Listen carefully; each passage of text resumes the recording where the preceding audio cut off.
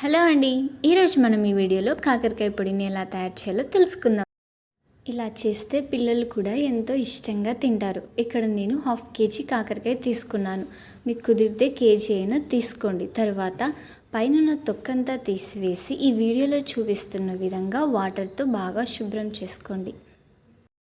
తర్వాత కాకరకాయని ఇలా వీడియోలో చూపిస్తున్న విధంగా చిన్న చిన్న ముక్కలుగా రౌండ్గా కట్ చేసుకొని పక్కన పెట్టుకోండి.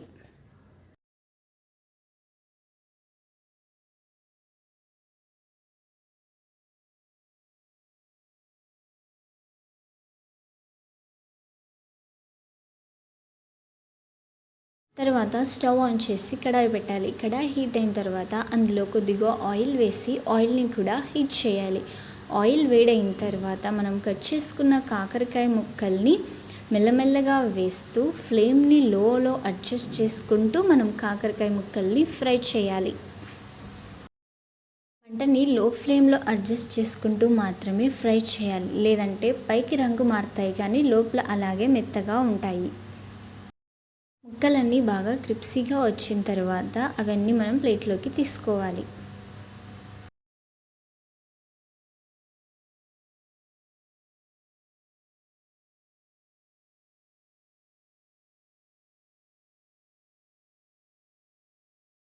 మిగిలిన కాకరకాయ ముక్కల్ని కూడా ఆయిల్లో వేసుకొని లో ఫ్లేమ్లో అడ్జస్ట్ చేసుకుంటూ బాగా క్రిప్సీగా వచ్చేంత వరకు ఫ్రై చేసుకోవాలి. ఫ్రై చేసుకున్న తర్వాత అవి కూడా ప్లేట్లోకి తీసుకోవాలి.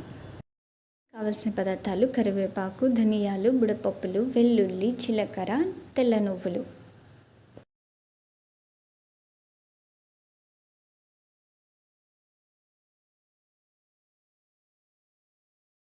అదే ఆయిల్లో మనం తీసుకున్న కరివేపాకు వేసుకొని ఆయిల్లో బాగా ఫ్రై చేసుకోవాలి. తర్వాత అది కూడా తీసుకొని పక్కన పెట్టుకోవాలి.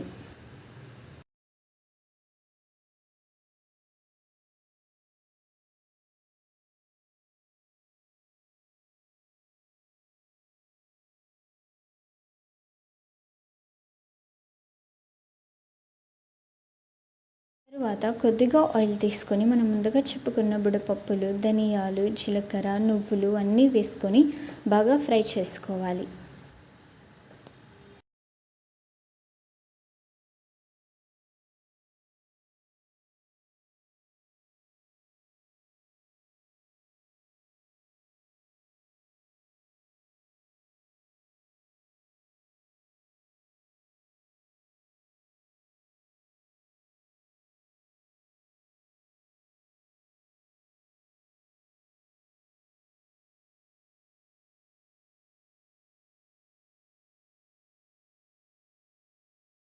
నిమ్మకాయ సైజ్ అంత చింతపండు అందులో వేసుకొని బాగా ఫ్రై చేసుకోవాలి.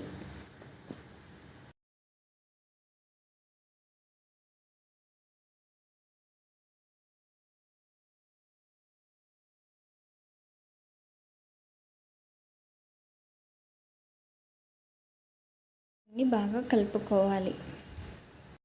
సేపు బాగా చల్లారనివ్వాలి. ఇవన్నీ మనం మిక్సీ జార్లో వేసుకొని బాగా గ్రైండ్ చేసుకోవాలి.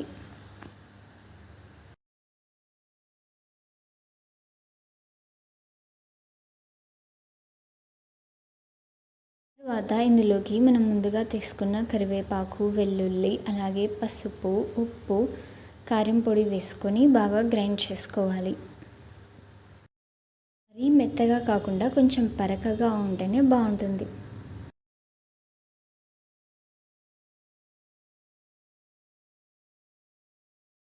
అంతేనండి, మన కాకరకాయ పొడి రెడీ అయినట్లే. ఇక దీన్ని మనం ఎయిర్ టైట్ కంటైనర్లో స్టోర్ చేసుకోవాలి. దీన్ని మనం ఒక 2 నుంచి 3 వారాల వరకు వాడుకోవచ్చు. ఈ పొడిని మనం వేడి వేడి అన్నంలో నెయ్యి వేసుకొని తింటే చాలా బాగుంటుంది. మీరు ట్రై చేయండి.